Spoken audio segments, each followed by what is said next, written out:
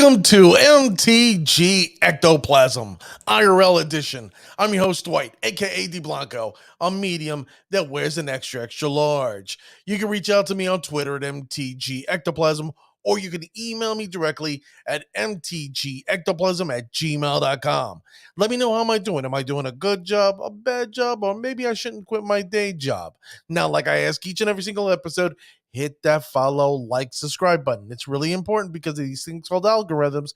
And don't forget to share this with your friends and family because you know, and I know, if you like the show, they may enjoy the show. And especially, this is the Magic Gathering. Come on, share it with your friends and family. If they're in the Magic, come on. You know, I know, we all know.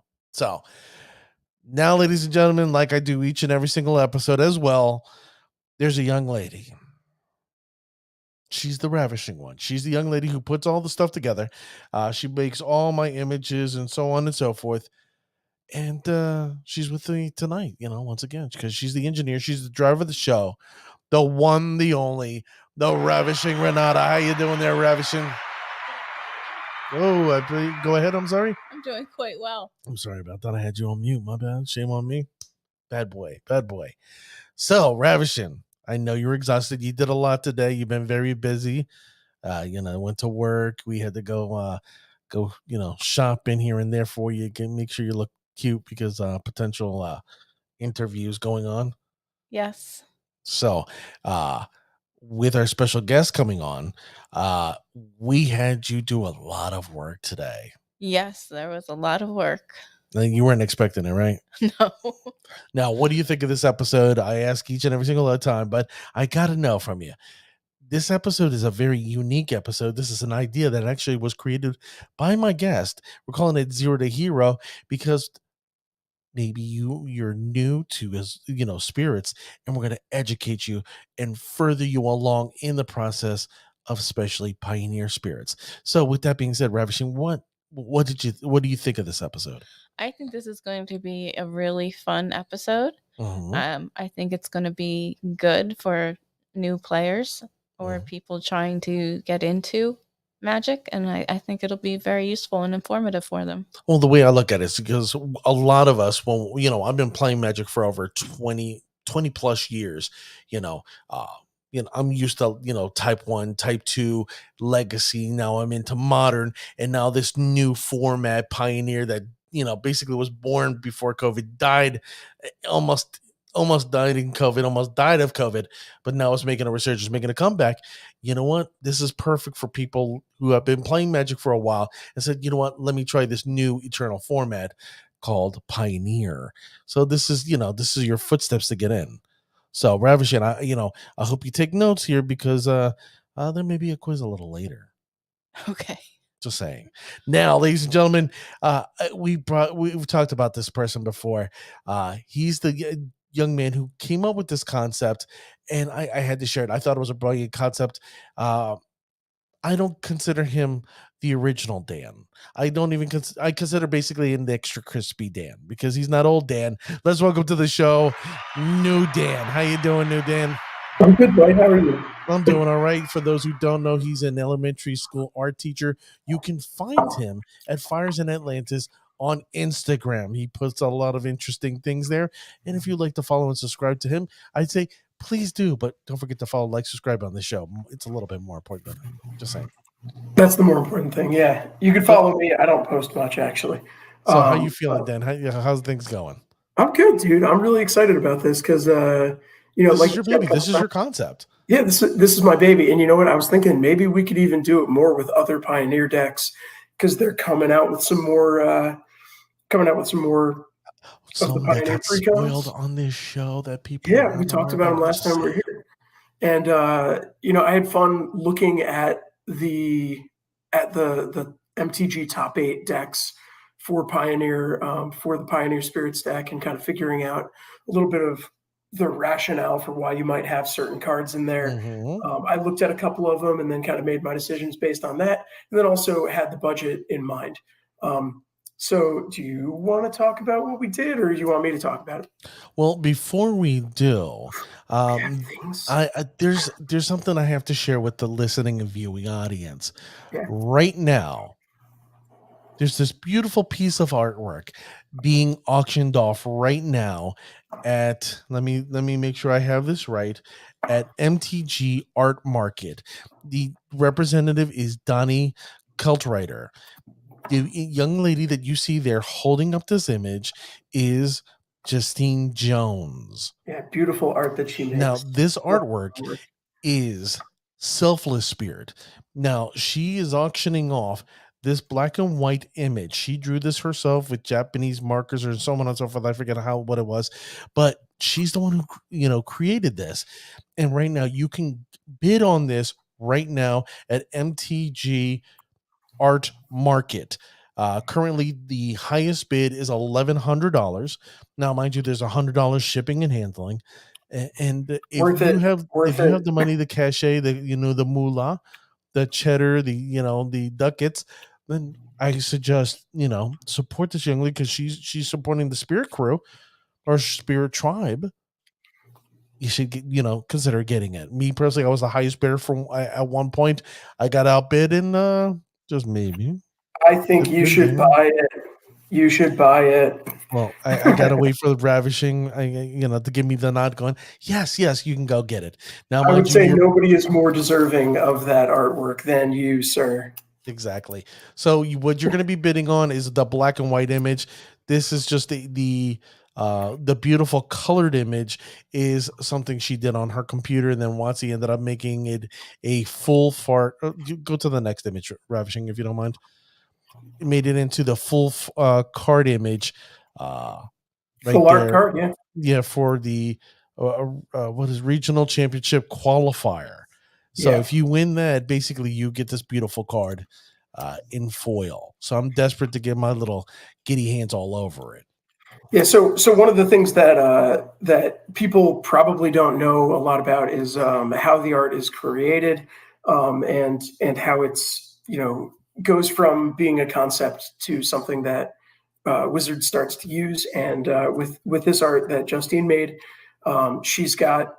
she has preliminary sketches that are also for bid for this work that are slightly different, slightly at different stages of being finished.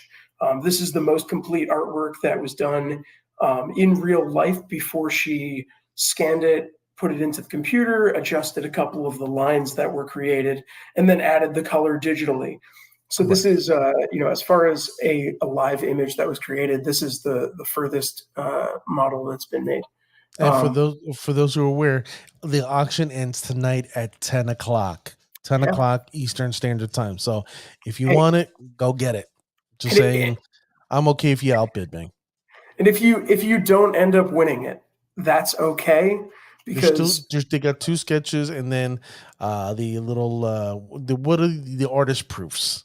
Yeah, artist proofs. So when Wizards releases a card, typically on most artworks, like the vast majority, there's a handful of like corner cases where it doesn't happen, but Wizards will take they'll make a print of that card.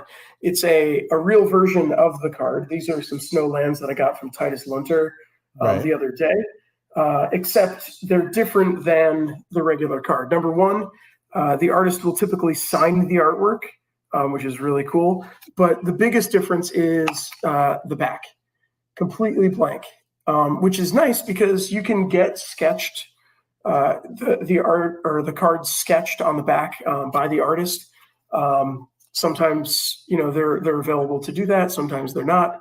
Along with that, I got this really nice proof that I'm really excited to show off. Dwight, you haven't seen it either yet. I haven't actually. No, you might have seen it. It's a white back, signed on the back by Titus. Okay, Lunter. Very nice. And it is a foil showcase Urza Saga. Wow, very nice, very nice. It'll go in. It's going to replace all of the basic planes, the foil planes that I have in my deck, signed by Sam Burley. Also artist proofs. Picked those up for my Stacks Pillow Fort Heliod combo deck. That there you go. You are a commander guy. I'm just happen to be a Pioneer / modern guy who is enthusiastic about You yeah, like I like to said, play and I'm a win. specialist. I consider I'm an elite specialist in the world of spirits. I'm not going to call I humbly don't call myself a spirit master, because to me that's I expect people to call me, if they want to call me that, I'm okay with it, Yeah. but I'm not going to call myself that, because that's egotistical. That's arrogant You, to me. So you I'm going to reserve say that for I'm a others. specialist. I Yeah. couldn't consider myself an elite specialist when it comes to the spirit crew. Now, I, Dan, it's yeah. time. Let's get ready Yeah, let's to go for get focus into it. Zero to the hero. zero to hero. Now, like I said, zero to hero is for people who ended up buying the Pioneer Challenger deck for Azorius. What happens is Dan came up with this idea. He's like, "Hey, you got me inspired. I want to sit there and start playing Azorius Pioneer Spirits, but I don't know what to go into it. So let's do Yeah. something where we invest $20, $50, and $100, and then go from there. And then decide, and looking into our crystal ball here, and go, can I win? Will I win? And how will other people think about me? Am I wrong? Am I right? And ladies and gentlemen, do me a favor. Hit us up at mtgectoplasm@gmail.com, or even on Twitter, to let us know your thoughts, especially when dealing with this episode. So this here is the deck list currently that's in the Pioneer Challenger deck. Now, I'm going to read it out to you. There's 31 creatures. You got 2 Mausoleum Wanderers, 4 Spectral Sailors, 4 Rattle Chains, 2 Remorseful Clerk, 1 Selfless Spirit, like the image that you saw, unlike the image that you saw there, and I recommend going out there and bidding on it. It has also 3 Shackle Guys, 4 Supreme Phantom, 4 Watcher of the Spheres, 1 Brazen Borrower, and then 4 Empyrean Eagle. Spell wise, they're running 2 Spell Pierce and 4 Lofty Denials. Very good cards. 23 lands, 2 Glacial Fortress, multiple islands, multiple planes, and then Temple of Enlightenment. When it comes to the sideboard, Yeah, you left it's me not great. wanting. But I'm going to read 15 cards there: 3 Isolate, 2 Light of Hope, 2 Spell Pierce, 3 Aether Gust, which I'm a big fan of Aether Gust, especially when it comes to mono red, red deck wins, and green Devotion. Great card for those decks. And then 1 Devout Decree, 2 Seal Away, and 2 Silk Wrap. Okay, these are okay cards, but this is what you would find in your standard Pioneer Challenger deck when you open up the box from your local LGS. Yeah, it's all right. I looked at the deck, and I found that there were a number of cards that had a lot of overlap with pretty much every challenger deck that I looked at. When I was going through this list, I'm not a spirits player. I play modern Merfolk. I play, I like Commander. I think that's a fun format. Kind of got into that like really heavy through the pandemic, and started, went a little bit overboard. But Right. you know, I played a little bit of Pioneer at the beginning, when it, right before the pandemic, right after they released it, before the meta shook out, and I had a mono blue Wizards blue Devotion deck that I thought was pretty powerful, and I won a number of games, and it was pretty fun. But then the meta shook out. That's not a deck anymore, and it is, but it's not really like it's not really represented. I think it's a lot stronger than people think it is, but it's not played, and it's not a meta deck. So I wanted to look at what I feel is one of the strongest decks that's in the format, and that's the Pioneer Spirits deck. So when I looked at it, I kind of broke it down into what I felt was core cards to the deck, flex cards, and some cards that should immediately be cut. And I put together a spreadsheet that I sent over to Dwight and the Ravishing One, our friend Renata over there, who's got your wife, my friend Renata, who put together a bunch of things for us. And The collage. I hope that you agree with the choices that I made on my spreadsheet, but I just want to kind of quickly go through those really quick. Okay. Rattle Chains, core card. Supreme Phantom, super core. Spectral Sailor, Shacklegeist, Mausoleum Wanderer, those are core. With the Azorius list, Empyrean Eagle was core, Spell Queller was core. I thought that a lot of the decks were running Selfless Spirit, at least enough that it was a core card. And then Brazen Borrower was flex. Remorseful Cleric, Watcher of the Spheres, cut those immediately. Well, I kept a Remorseful Cleric, and as you'll see. Then, you've got the spells that were in the deck, Spell Pierce, Lofty Denial, those were flexes. They were in or they were out. Oftentimes they were in. They're pretty good. The basic lands, they were okay. The Glacial Fortress, not a bad card. The Temple of Enlightenment needed to immediately get removed from the deck. Last thing you want is slow lands, and seeing it come in tapped is pretty terrible. So that was something that I knew immediately needed to get addressed. And then from the sideboard, basically the only things were Spell Pierce and Aether Gust that you'd want to consider keeping. And then everything else, all the white cards that were in the sideboard were not as great and didn't really see any representation. Although I did think one of them was worth keeping, at least in a more budget-oriented list, and I'll explain why in a little bit. So let's take a look at what you did, because I know what I did, and I haven't seen anything you've done yet. Well, let me begin by saying welcome, Jamel. Welcome to the show. Don't worry, it's all right to be late. Just remember right now, there you can find the Selfless Spirit artwork for the RCQ promo right now up for bid on Facebook. So if you got the cashola, go get it. It's $1,100. If not, then bro, I'd love to. You know me. So let's look what I did. So what happens is for $20, it was a little difficult for me. I ended up going. Now, mind you, the prices here are very, very cheap. I don't know where you got them. I found these, certain the spell quellers at like $2.50. $3. That's why I only put 2. So I ended up getting 2 more spell quellers for the deck. I ended up picking up 1 Selfless Spirit because it was a moral imperative, because I wanted to save the creature, and because of the lands. I found myself wanting the Secluded Courtyard because, you know what, it fits a theme where the creatures, plus you get the creature ability, but realistically there's only one creature that has the mana ability to use, and that's Spectral Sailor, but for 4, and realistically and honestly we never do that. And then finally, the March of the Swirling Mist. I find this card to be very, very good depending on when you tend to play it. To me, arrogantly wise, I like to, when I know I can basically put my opponent away, I sit there, I play this card, and then I swing an attack. Or when I'm fearful that I may end up losing the game, I play March of the Swirling Mist. So they don't, I don't take the damage from the attack.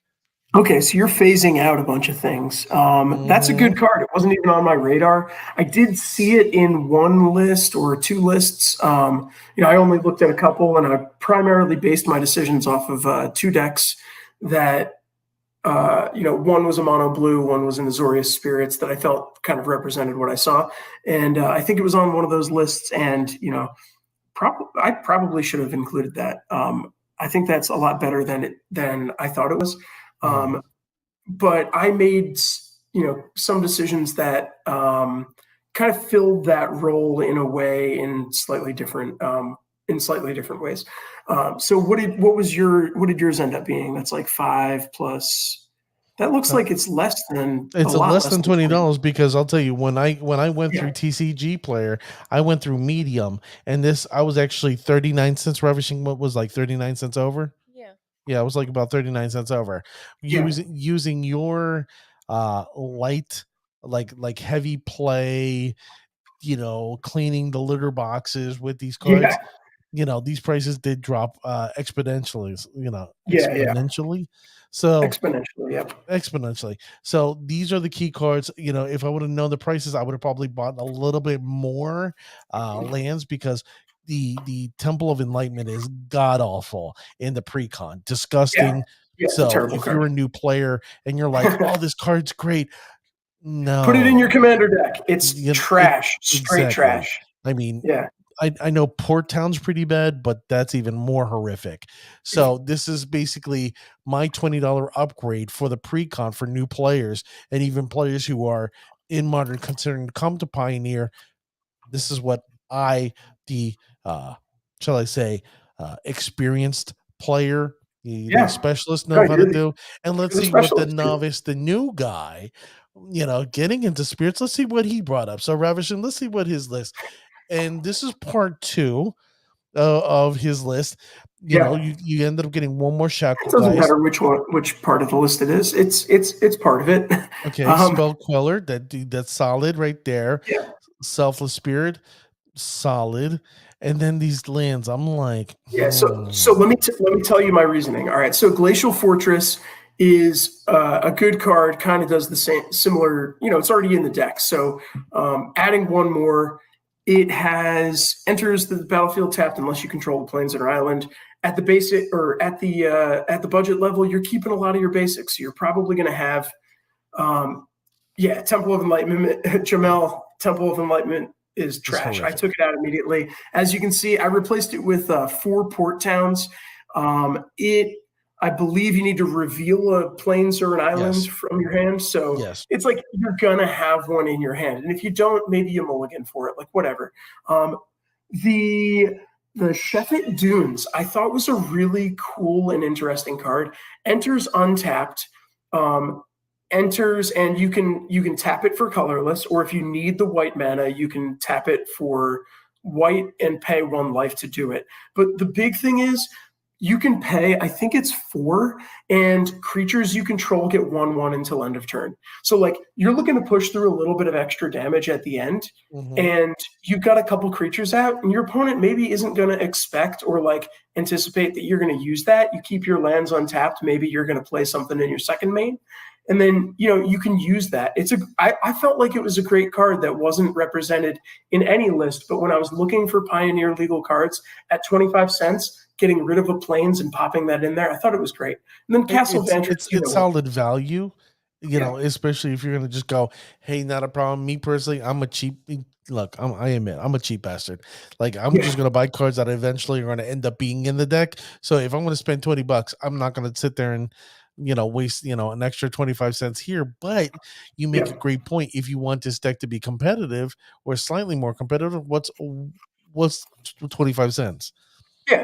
What's 25 cents, and what's like chances are most of the cards that are in the deck are like 2 or 3 CMC, and you're looking, you can spare that 1 colorless mana to drop it into the colorless spot on any one of these cards. Is it going to make a difference in some games where maybe that's the only white source that you've got, and you've got a fistful of islands? Maybe you've got maybe you're low on life, and that 1 damage that you take to tap it for white could be the game-ending decision. Yeah, it could, but you're looking at a $20 upgrade on a $35, $40 deck, and you're trying to make it more competitive. And I think more times than not, this is going to help you get through that extra 2, 3, 4 damage at the end when you've got a board loaded up with spirits that you're trying to fly over for, and you just need to get that little bit extra to ping through. So that was why I included that. And honestly, it's a card that I felt like I'm looking to put it into my competitive commander deck. Like I'm trying to find if I can get a signed copy from Yang Hao Han to throw in there, because I'm looking for things that have a white source. I don't care about that 1 life when I'm trying to combo off by turn 3. You know what I mean? No, yeah, it's like I feel like it's a great card as a commander. It's a good card. I'm not trying to disparage your choice. Now the one card I'm a little concerned about is Castle Ventress, and the only reason why is realistically and honestly, you as a spirit player, and this is something you're going to be new about, is that spirits is a tempo deck. Of course, we try to get out our creatures expeditiously using flash, and then we have to restrain ourselves with the mana so we can sit there and be interactive using our creatures that have the ETB effect, or having counter spells in our hand. And to me, as much as I do like Castle Ventress, it may not be in your best, and this is just me being honest, may not be in your personal interest. Port Town makes tons of sense, especially on an extremely limited budget. Yeah, it's 25 cents. Can't beat that. The dunes, it's good. It's just got to be tested out. Glacial Fortress, it's got to be tested out for me. Castle Ventress, yeah, you know what? It was one of those things where Glacial Fortress isn't a terrible land in the deck. No, it's not. It's a solid land, but yeah, at a budget, it's not terrible. No. And then Port Town, like, of course, all day. Like, any lands that give you the ability to enter untapped just so that you can keep your tempo, as long as you have a basic land. Like, turn 1, you play your Port Town, revealing an island. Turn 2, maybe you play that island. Turn 3, you play your you play your great Glacial Fortress. Right. The dunes, you can play it untapped.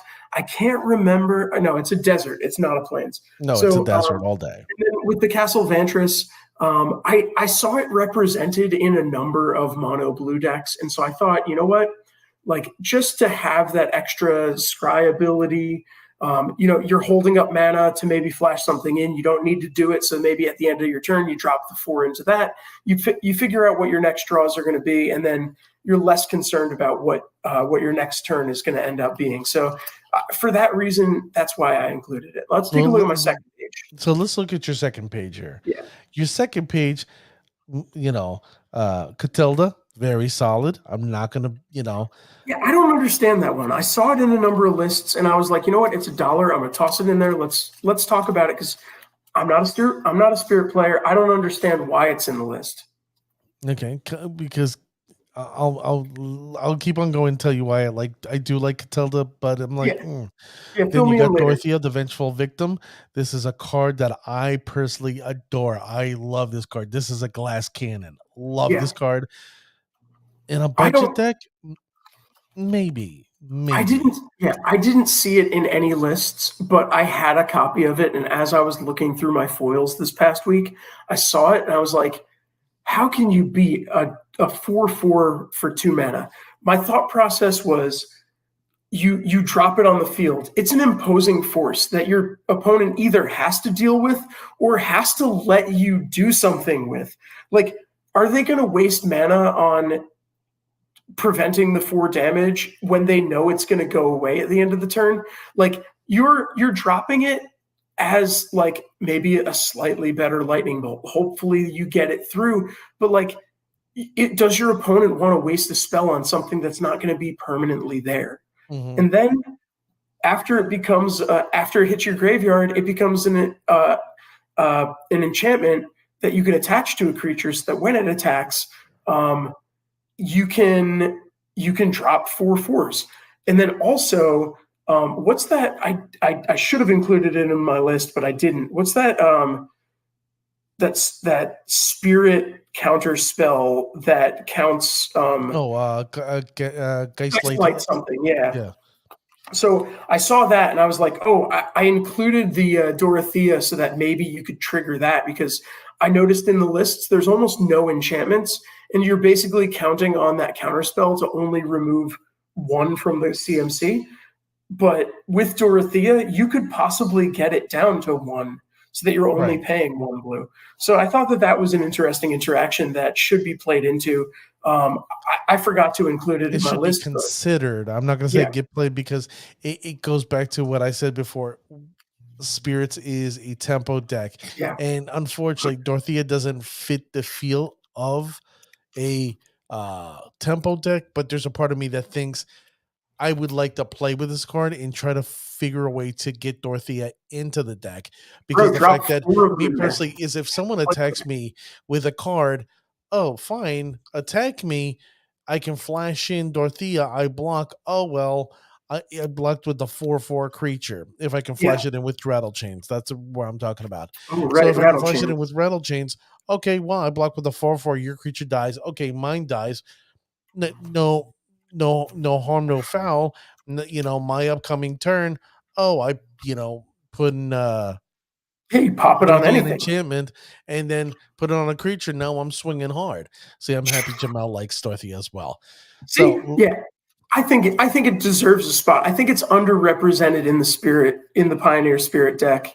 Honestly, like I could see that there's a deck out there that runs 4 of it, just like dropping one every turn.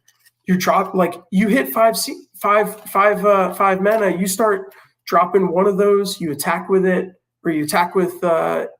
Realistically, I'm going to tell you, Dan, realistically, in Spirits, if you drop in 5 land, you've won. Yeah, that's fair. I mean, I hate to say it that way. If you have 5 land in Spirits, you basically won. You've kicked your opponent's ass, making them say boo sheet. Now, I want to continue. You have Skyclave Apparition, which I love. Yep. I love. Got an artist proof of that one. Love that card. No, 2 key cards that I think is a moral imperative that I think anybody and everybody who is considering a sideboard card, to me, these are key sideboard cards. I wouldn't put them in the main deck, but sideboard cards, which is Witness Protection and Portable Hole. Yep. Holy crap, these are 100%. It's a moral imperative. If you play Spirits at all in Pioneer, you need either or of these. If you're playing Mono Blue Snow, Witness Protection. If you're playing Azorius, or if you're going to play Bant, Portable Hole. Because let me just tell you, you can take out Green Devotions, Mana Dorks easily with this and screw them over. Yeah. When you have red deck wins, you can, with a Portable Hole, you screw them over. If you have 5 lands and Spirits, you don't win. Yeah. So I have. So this second page is what looks like my sideboard. I think that's how the Ravishing Renata set up these pages, where I've got Catilda in the sideboard, Dorothea. If we need extra damage, Skyclave Apparition. I probably should have it in the main board, but I don't. On this budget deck. Oh wait, no, I do. I have 2 of those. One is main.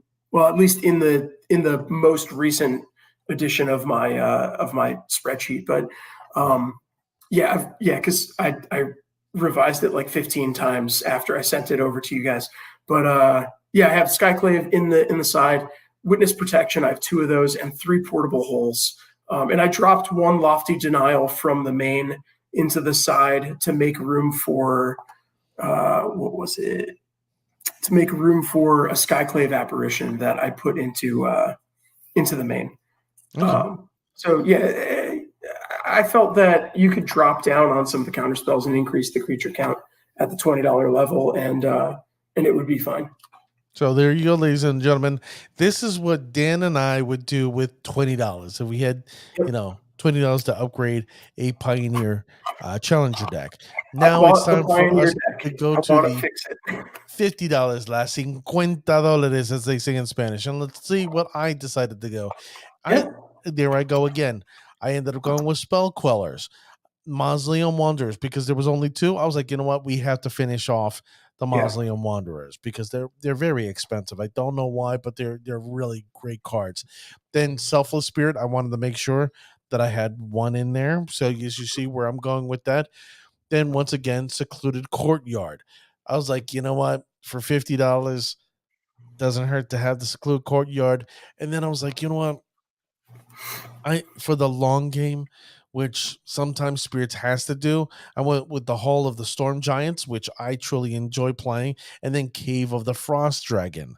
I was like, sometimes there's a board wipe, and you're sitting there twiddling your thumbs, and these cards, these magical lands, do come in handy. These ban lands. 5 mana, though? I'm telling you, bro. Like, that's why I tell you, 5 mana, generally, Bro, if you got 5 mana, you've either already won or you've lost.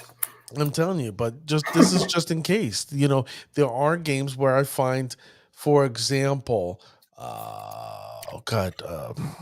control decks. Yeah. They like to sit there and draw out the game.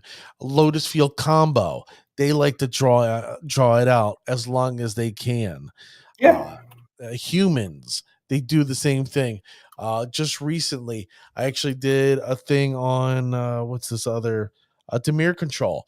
They like to drag it out. These key cards here. Yeah. I'm just like, oh, fine. Fine, counter my creatures. Now I got lands. Oh, I'm whacking you now with my lands, and what are you going to do? Oh, nothing but take damage. I Thank you. just felt like it was really high. Like I feel like it's a really like. Are you holding up 5 mana so that you can activate that? Oh no, you're never holding up mana. You're always doing up stuff. But there comes a time where you go, it's time to put up or shut up and make sure my opponent on their heels. And these are Oh, the you're cards that saying actually do it. you're attacking with that. You're not holding Oh up yeah. to like drop a trick play. I mean, unless, it depends on what's in my hand. But if like out of the end desperation, that's when I go with these cards. Yeah. Boom. It's a 3/4 dragon, Mm-hmm. and you want that. Yeah. Okay. It's a I land. made different It's a decisions. And land. we'll How talk I'm about not, and especially for a $50 upgrade, why not? Yeah. Hey, go for it, man. So I see. So the secluded courtyard a second time because you're naming creature types. You're getting those cards. That was also a card not on my radar. Probably should have included it in the deck, being that this is a creature deck, 100%. But yeah, I didn't put that in there, and I probably should have. Hull, Storm Giant, and the Cave. I think they're interesting choices, but I think they cost too much. no, I hear you. It's fair. I The mean, I Cave, could have easily done Port Town, yeah. you could have The easily done that, but Oh I was no, like, no, no. I mean the cost of the yeah. I mean the dollar amount less than the cost of the ability. I mean, like when are you going to have like? Do you ever really have like 6, 7 mana to turn that Storm Giant into a realistically, spell? it's very rare, but like I said, the long Yeah. game is what Okay. key. And then for me, when it came to the $50 budget, I thought it was a moral imperative to get the Yeah. Mausoleum Wanderers. The hands down Yeah. Yeah. For for sure. me, this is just my personal opinion, and this is my hot take. Uh Mausoleum Wanderer, hands down, I believe is the best 1 mana creature in Pioneer. It's a Hands solid down. card. I made the same decision. I saw Mausoleum Wanderer and I said that needs to be increased in at this level. And so I also chose to add 2 of them, even though it was like $15 or $16 of my list. Well, this So is your list right here. yep, You got your Shackle Guys, your Mausoleum Wanderers, your Selfless Spirit, the Spell Queller. Oh, Glasspool Mimic. Nice. yep, That's a yeah. very, very solid idea. I Castle dropped that in Ventures. there for copying up my lords. You know how it goes. You got your Castle Ventures, the Dunes again, Port Town, Glacial Fortress, and then Mutavault. Yep. Very, very, very good card. My thing is with this, because the fact that it's 2 mana, Yeah. do you really want brown lands? I Not besmirching it. It's a good card, and I played it in yeah. Azorius Spirits and Pioneer. The question, I mean, in Modern, is it I don't Yeah, I don't know. That's the thing. Like I'm looking at the list and I say like most of the things have a brown mana component except for a handful of them. And like I'm not going to keep a hand with a Mausoleum Wanderer and a Mutavault, obviously. I'm going to make sure that no? I have a a blue source to go along with that. Right. And pretty much everything else has at least 1 brown pip. So I could just say, you know what? I'm going to keep that Mutavault in there. And then like my Mutavault that's a 2/2 that has all creature types, it's going to get touched by the the Supreme Phantom that's going to bump it up. It's going to get touched by the Empyrean Eagle that's going to bump it up. I'm going to be coming in with a 4/4 Mutavault, which is the same thing as your 3/4 dragon, except Valid. It's a yeah, valid point. except I'm only dropping 1 mana into it. Right. I can hold up that 1 mana. My Mutavault's living with my lands, and it's suddenly a trick. They're counting my creatures, looking, going, okay, I can survive next turn because I'm going to be left with 3 damage or 3 mana or 3. I'm gonna have 3 life left, and then I'm gonna activate that Mutavault, and they're gonna go, crap. And I only spent 1 mana to do it, and I'm getting the Lord benefit. So that's You kind of sold me on it. It's a very solid point. dude, solid card. I didn't see it in any list, and I was like, why not? Like that I'll was like be honest with you. I looked up. When it comes to Pioneer, and especially when it comes to white blue, there Yeah, is not enough mana fixing. And then the fact that right now, because of the fact that if you look at the pathways, The pathways are terribly expensive. They're like $15 a pop, especially when it comes down to the hedge pathways and the mythic gate pathway. Yeah, terribly expensive. they For jumped up a 15, lot. you need 4, and they're $15. That's $60. That would mean you already went over your budget by 10 on the $50 upgrade. Yep. Yeah, that's part of the reason why I kept. If you go to looking at this page, let's look at this next page. So the next page you have here is you're probably your sideboards, Catella again, Ashiok, the malevolent spirit, hermit, malevolent hermit that turns into a spirit. Yes. Yeah, I think it's a good card. It's a good sideboard card. Yeah, I'm not going to besmirch. It's like a counter target less good version of Mausoleum Wanderer. Yeah, but it turns into a spirit for what, 3 mana after you sacrifice it and counter something. Right. I mean, it's not a bad card. It's not a bad card. No. Don't take it the wrong way. That's why I say I think Mausoleum Wanderer is the best card in Modern. Pioneer. I'm just going to sit there and say this is a less good version. Yeah, it's a more expensive, mana cost.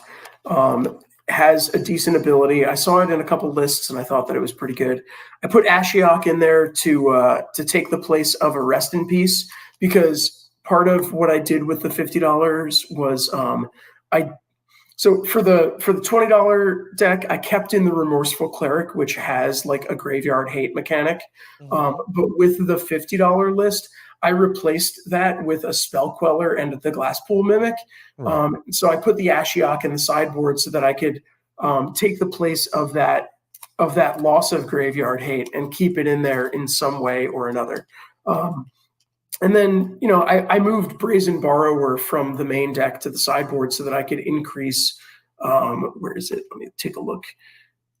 I could add something. I can't remember. I just moved things around basically. I just moved things around. It was the 2 Mausoleum Wanderers that did it, because I had to. Right. I had to make some room, so I moved the Brazen Borrower to the sideboard. It's not a spirit. It's a great card. It's good for the sideboard. It flies, but it's not as important to the deck as getting those Mausoleum Wanderers in there at the $50 level.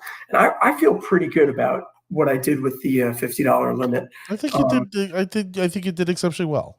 Yeah, it ended up being like $51, but kind of my philosophy was I'm going by TCG mid. I could totally choose the cheapest versions of all the cards and then have TCG player send me that. It'll end up being under $50. Or if I was buying it at the shop, if I said, I've got $50, will you do it? They're going to take that $50 and not. You go to your car, you look underneath the chairs, and you end up finding another $1 in there. Yeah. Do I have enough spare change in my car that I can make up for the difference? Probably. I think that's fine. It was within a very small amount, what I would consider a $50 limit. So there you go. That's where we're at. Ladies and gentlemen, tell us what you think. mtgectoplasm@gmail.com or mtgectoplasm on Twitter. Let us know what your thoughts. And do you agree at the $50 budget? Tell us, are we full of excrement at 20 and 50? Or are we correct in, just upgrading a Pioneer Challenger deck to make it semi-competitive? Throw together your list. I want to see what you do. Tell me. Exactly. So let's look at the next slide. And the next slide is, look at that. Ravishing. Why don't you discuss this for us? We have launched our online merch store. We have various we have 3 currently have 3 designs. We are currently working it's being designed now, the Boo Crew t-shirts. Boo Crew t-shirts. That's right. So if you're part of the Boo Crew, we made a shirt specifically just for you. Yes. We have shirts in all sizes and colors for men and women. That's right. We weren't biased here. We said, hey, not only do the fellas like it, but the young ladies out there, or let's say mature ladies out there as well, who sit there and say, hey, I'm all about the apparition crew, or Tribe, I'm going to get into it. And here you go. You got your MTG Ectoplasm t-shirt, your MTG Ectoplasm IRL, like this is the IRL show. And then you got the MTG gameplay, which I'm going to officially restart again this Saturday. So you'll start seeing me play Pioneer, but I'm going to do a mono blue snow version. I think I got 2 more in the league that I'm in. So please go to mtgectoplasm.com, support the show by getting a t-shirt, all sizes, all colors for men and women. And then, like I said, oh, that's right, the Boo Crew t-shirts are coming out. Oh, my alarm just went off, ladies and gentlemen. So give me one moment. You heard my alarm, and I got to do something momentarily. I wonder what I'm going to be doing. It's 10 o'clock. I don't know. Do you know where your children are? I have furry children. Oh no, where are they? I make a.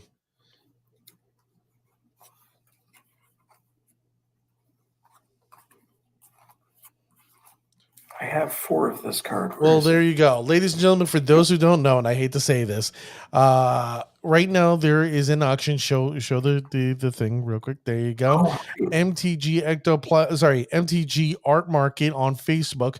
A gentleman named Donnie Keltrider is promoting Justine Jones's Selfless Spirit right now. You can bid on it. beautiful card.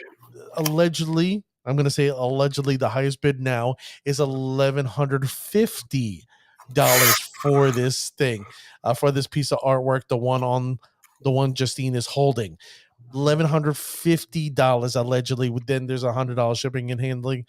I just put my bid in right now, so I want to say I'm the biggest bidder. I'm the highest bidder, but you're more than welcome to go to Facebook right now and bid on it, and hopefully make a little extra cheddar for Justine. I like that. Whoa, double D's. I double like D's. Loving it, Jamel. Hey, yeah. You know what? We should get him a T-shirt that says instead of I like bros instead of bras. I mean, just say it. Just throwing it out there. So now let's look at our $50, $100. My $100 was everything that you saw at $50, and then I went here. I was like, you know what? Now it's time. I have to sit there and help out my sideboard because I was using the old sideboard. I was like, you know what? I got to get rest in peace. It's a moral imperative because guess what? Now, there's a lot of decks out there that are using their sideboard, and we got to deal with it. We got to squash it. And then on top of that, the portable hole. Like I said, because this is an Azorius deck, portable hole is a moral imperative. You'll hear me say this again. It wins. It helps kick the ass of red deck wins, especially because of Eidolon of the Great Revel. I hate that card. You sellout, you dirty little sellout of a spirit. Shame on you for existing. And then also it goes after the mana dorks with green devotion, and then the new deck, the Gruul Stompy deck with their mana dorks. So portable hole is now a moral imperative. Then I went with Deserted Beach. Why wouldn't you not go with Deserted Beach? I think it's a very solid card to sit there and have, white and blue. And then finally, Knockout Punch. This is a card that I was like, that wasn't even on my radar. Then I found myself going, I do face a lot of red right now because you got the Rakdos build, red deck wins, you got the Gruul Stompy. I'm like, oh, no. Enough is enough. It's about damn time that a spirit player start putting their foot down and they give their opponents a knockout blow. If you're not aware what this thing does, it's 2 generic and a white. This spell costs 2 less if it targets a red creature.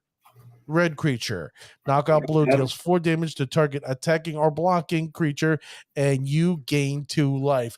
Oh, that's a knockout punch with them seeing stars, because guess what? You're gaining life, and their creature's practically dead. So that's the reason why I went with knockout blow. That's not bad. Targets a red creature. It's not bad. 4 damage for 1 red mana, and it's an instant. Yeah. An instant. So is that seeing play? Is that in other decks too?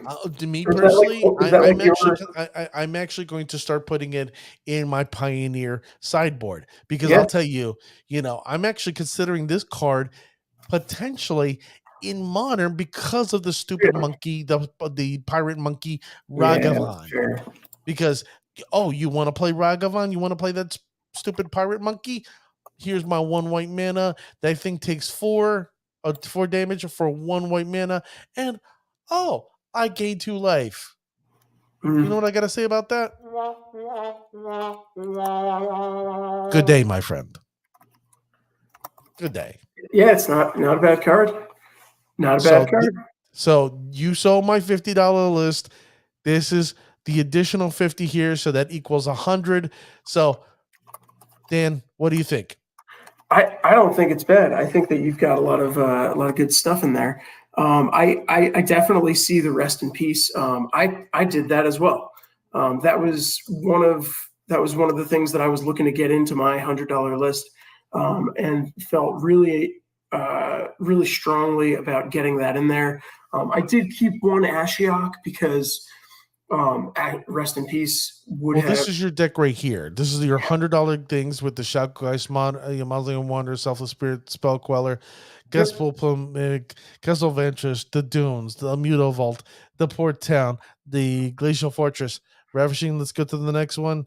And holy crap, there's even more lands. Yeah, I added the Otawara. I thought that was a really cool card, really important. Kept the Castle Ventress, added another Mutavault because, again, it's a land that can gain benefit from our from our lords, and it does a lot of work in Modern Merfolk, so I kept it in there. Added a couple others. Picked up a Hallowed Fountain, added the Deserted Beaches, Glacial Fortress, Port Town, basically kept everything or changed out all of the planes except for 2. So every other land that I added in is going to add blue into that as well. Keep it a little. Here's your final slide. Yep. And then, Ashiok, rest in peace. Witness Protection, thought that was a cool card. And thought that could take care of things like Ragavan or other things as well. Turn it into a 1/1 citizen with no abilities. I love like Frogify effects, and the Witness Protection is a great card. It's 3 kids in a trench coat trying to pass themselves off as a legitimate business person. So I like that card. It's a cool card, and I felt that was important. And again, Portable Hole that saw 3 slots in every one of my lists because at $1.70, being able to kind of Path to Exile anything that's under 2 CMC, taking the place of which sideboard card was that? It was Isolate, which only did up to 1 CMC. I felt that was an important card to slot into the deck and make work. I feel pretty good about my decisions. The Pioneer deck is like the competitive ones that I was looking at are anywhere between like $200 and $300 on average. Right. Making $100 in change. The big things, you want your lands to work. You want to make sure you've got the mana that you need. I think that you can do it at a $50 budget, even a $20 budget. Maybe not going to pick up all the wins that you would if you had more money, but I think that popping in some cards and being smart about what you change is going to make a big difference. And getting those in there, like you're gonna end up picking up those wins much more than what the basic deck does.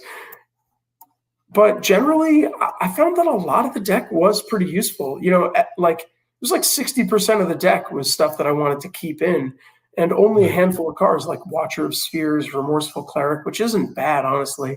Mm-hmm. It was basically Watcher of the Spheres and Temple of Enlightenment that you really want to cut immediately, and then a couple of the planes, like cut a couple planes for some cheap duels, and what I tell people all the time is land tends to be terribly expensive. It's like real life. Land is, Yeah. is terribly expensive. And when people, There's a reason we refer to it as real estate. Because just like in real life, it is not cheap. And having the right lands at the right times that can do the right things for you and aren't going to enter tapped, that's going to be really important, and that's really where you want to put them in. And with this deck, you have a lot of white pips, but the core of the deck, the important cards, are all blue, and you want to make sure that you've got access to that, and you don't end up with a handful of planes, because it's not going to get you anywhere. It's not going to pull through any wins, which is why I tried to eliminate those as quickly as possible. 1 or 2, not a terrible thing, but like 7, which I think is what the deck has, is way too many. If you were going raw, trying to go for a budget deck and not starting with the Pioneer Spirits deck, I might go into mono blue, because you can just run a fistful of islands with very minimal non-basics. It's not just any islands. You have to have snow-covered islands. Well, yeah, that's fair. So I looked at those and I considered shifting the deck into mono blue, and then the cheapest snow-covered island at TCG mid was like $1.50. So it was like, okay, I could do this, but I have to dedicate $30 to switching to snow-covered islands. And then at that point, I was like, you know what? The reason that they're playing snow-covered is for the Faceless Haven, or at least that's what it looked like. So that you could not just for Faceless Haven, that's for Ascendant Spirit. And let me just tell you, Ascendant Spirit wins games. People don't expect it, and when you load it up, people are like, "Oh crap!" How much mana or how much snow do you need to put into Ascendant Spirit? It depends on what mode you want. It can go from 2 to 3 to 4. 4 is the piece de resistance, as the French would say. What is it? One mana per level that you're leveling it up? Like I said, it goes from 2 to 3 to 4. Oh, because it's like a modal kind of setup. All right, right. Yeah, I looked at it really quick, did the math on the lands, and I was like, it's not worth it to switch. So I just went with the Azorians. If anything, if you've got the Pioneer deck and you want to go in a budget and you want to add, or you want to go even further, turn it into a Bant deck. Granted, you're looking to add Collected Company, which is not cheap. So it's like $100 just for those cards. But I think the Azorius deck, you could really do at a budget. And I could see even the $20 list sneaking through some wins and not doing terribly at your store event. Are you going to win a regional qualifier? No. Right. But maybe you throw $100 in there, $50, and you're going to do pretty well. Maybe you get top 16 if you know the deck and you play it well. So. Well, do you spend it? So just so you know, for 2 snow, the Ascendant Spirit becomes a 2/3 because it originally starts as a 1/1.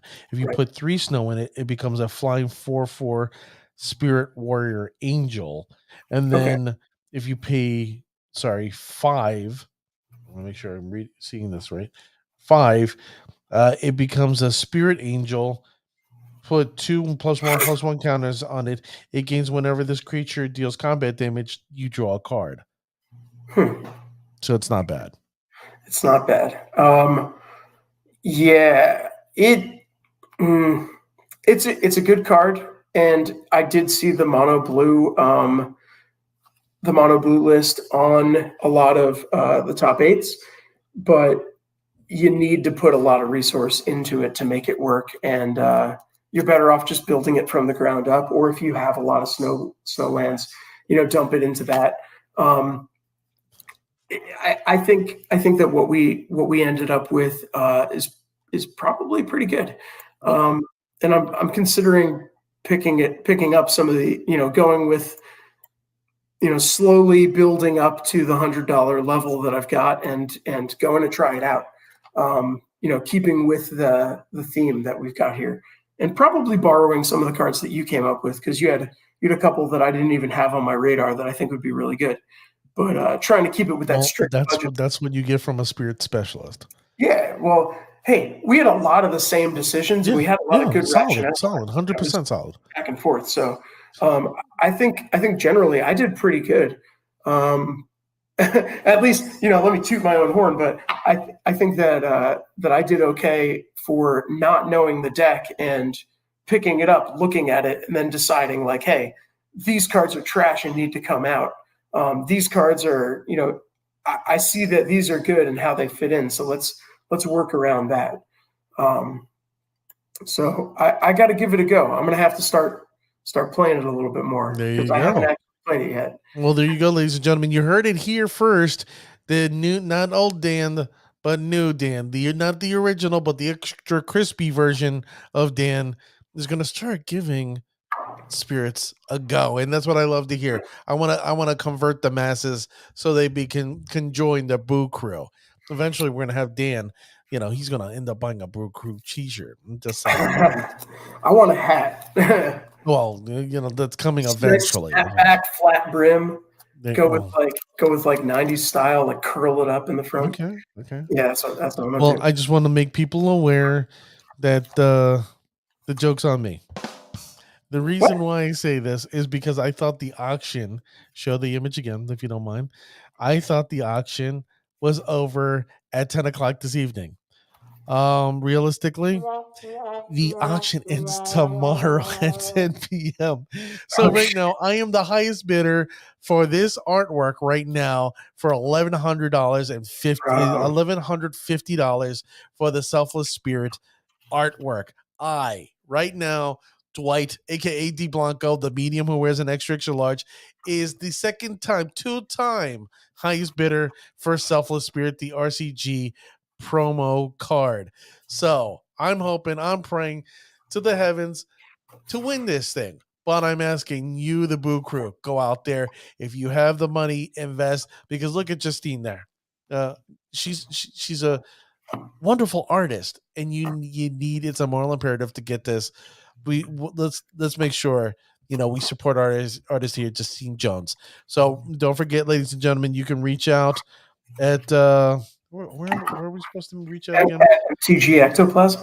No, you're supposed to reach out. Hold on, I got it here. Tony Coltrane. Caldor. What's his name? Caldor. No, you're supposed to reach out on Facebook at MTG Art Market. Right now, look for the link for Donnie Cultwriter for this piece of artwork. Like I said, right now the highest bid is $1,150 with $100 shipping and handling. So total cost right now is about $1,250. So if you want it, go get it. I'm the highest bidder. If you outbid me, I'm going to be sad, but it's going for a good cause to support a Magic Gathering artist. Yeah. Hey, I hope that somebody in the spirit community gets it. I really hope someone in the spirit community, definitely part of the Boo Crew, get it. But me personally, I'm going to actually say I hope I get it more. I hope you get it. That would be dope. I would love for you to get it. That's sick. You don't own any Magic art as far as I know. No. And I don't even think you have signed cards. Oh, I do. I have two foil. Cards? I have two signed motes. Whoa! From Legends, yes. I have two motes that are signed. I know people are like, why did you do that? You ruined that card. Yes. What is Mote going for? What is Mote going for?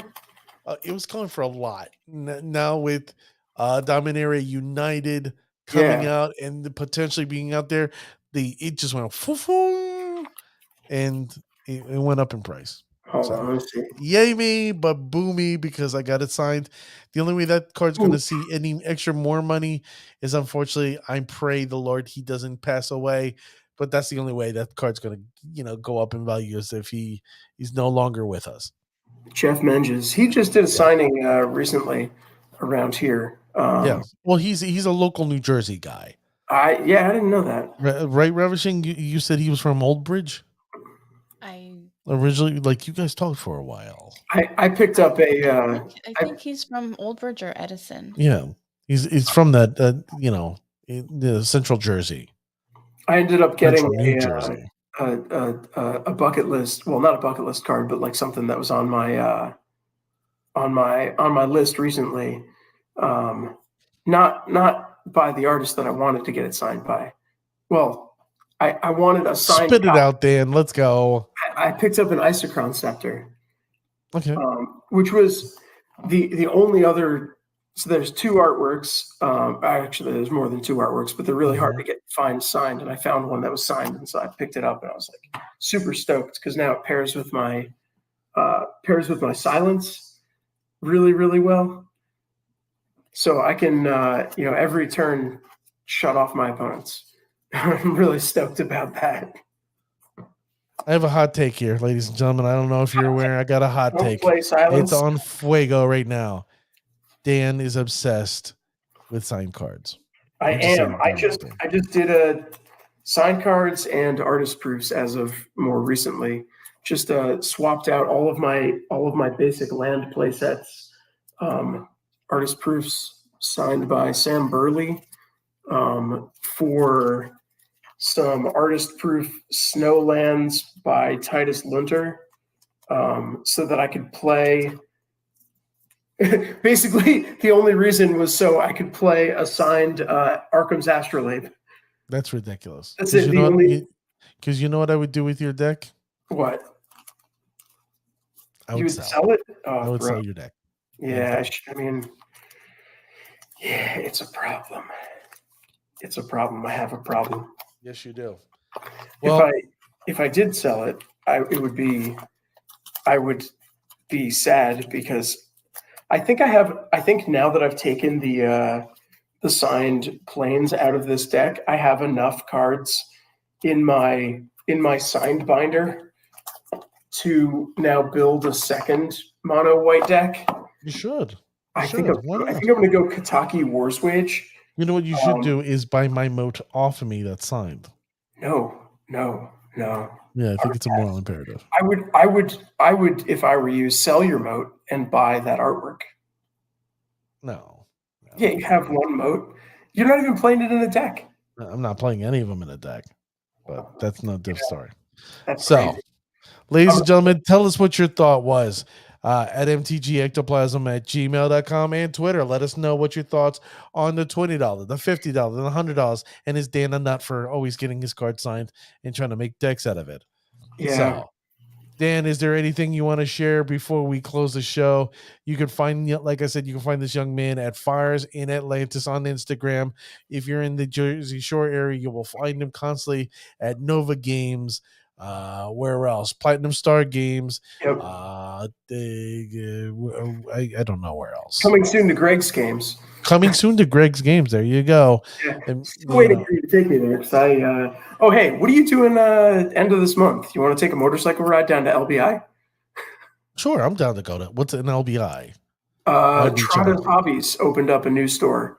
Trotta's is down in Barnegat. I used to play Standard there back when. Okay, I'm down. As long as you remember, I ride my motorcycle like an old man. That's okay. I only have a 250, so right there with you. There you go. We're dueling old people together. So, Dan, is there anything else other than that you want to share? Things that I want to share? Yeah, this art from Dan Dos Santos on Stoneforge Mystic, the extended art artist proof that I've got right here is wonderful. I love it. It's great. Pairs really nicely with the signed Batter Skull that I've got in the deck as well. From and I remember when we went to the SEG Philly when you got got to see RK Post again because he's a cool dude. I like him. All right. Well, ladies and gentlemen, there you go. Don't forget, support the show at mtgectoplasm.com. T-shirts all sizes and for men and women. And this has been a really unusual show, right, Ravishing? Yes. There you go. It's been. Hey, I had fun, man. That was a good time. I liked going through those deck lists. Well, we'll do more. We'll pick up another Pioneer deck and just break it through. My goal I'm gonna have you build an EDH deck. No. But my goal is to get another Pioneer Challenger deck and give it away maybe for Halloween, and then maybe January for my 2-year anniversary of doing this. Whoa. So who knows? Whoa. So, ladies and gentlemen, we've come to near the end of the show. Put it on me if you don't mind. it's, we've come to the end of the show. I want to thank you, the listening and viewing audience, for being with me from the very beginning. The thousands and thousands of you on Spotify, Google and Apple Podcasts, to the hundreds of you watching and viewing on YouTube and Twitch and then Twitter.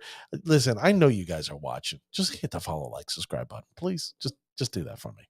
For a fat guy. All right, a medium that wears an extra large. So, ladies and gentlemen, the next time you're kicking your opponent's ass, make sure they say, "That's Bushi."